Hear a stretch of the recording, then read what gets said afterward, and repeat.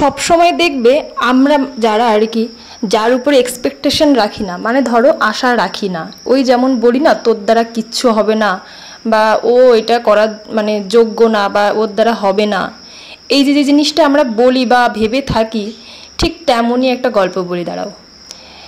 তো এই যে যে কথাটা বললাম তার কারণ হলো, কিছুদিন আগে যেহেতু তরমুজের সিজন ছিল, তোমরা ভালো করেই জানো তরমুজ অনেকে খেয়েছো, ঠিক তেমনই কিন্তু আমাদের বাড়িতে প্রায় তরমুজ হতো, মানে হতো বলতে খেতাম, আনা হতো।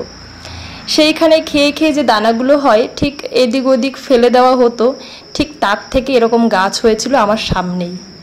গাছ হওয়ার পর কী গাছ ভাবতে ভাবতে যখন একটু বড় হলো, বড় হতে হতে ফুল আসলো, তখন ভাবলাম এখন সিজন চলে গেছে আবার তরমুজ হবে, কোনোদিনও হবে না। কিন্তু কি বলো তো, ওই যে মানে কি বলবো, মানে এমনি রেখে দিয়েছিলাম গাছটা কোনো কারণ ছাড়াই, যে হবে না হবে না, থাক আছে যখন থাক, হবে তো নাই।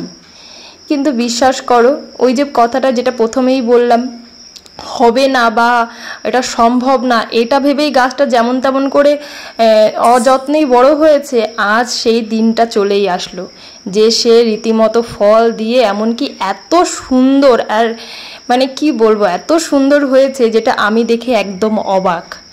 এইখানে ওই ফলটা যেহেতু আজ সোমবার ছিল, তাই ভাবলাম প্রসাদ হিসেবে আগে ভগবানকে দেওয়া হোক, তারপর না হয় সেই প্রসাদ হিসেবে আমরা আর কি গ্রহণ করব।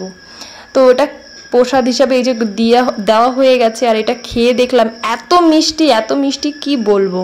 হ্যাঁ, হয়তো সিজন ছাড়া হয়েছে তাই আকারে ছোট হয়েছে, কিন্তু সে তার পুরোপুরি মানে আর কি অযত্নে যে জিনিসটা হয়েছে সেটা একদম তুলনা নেই।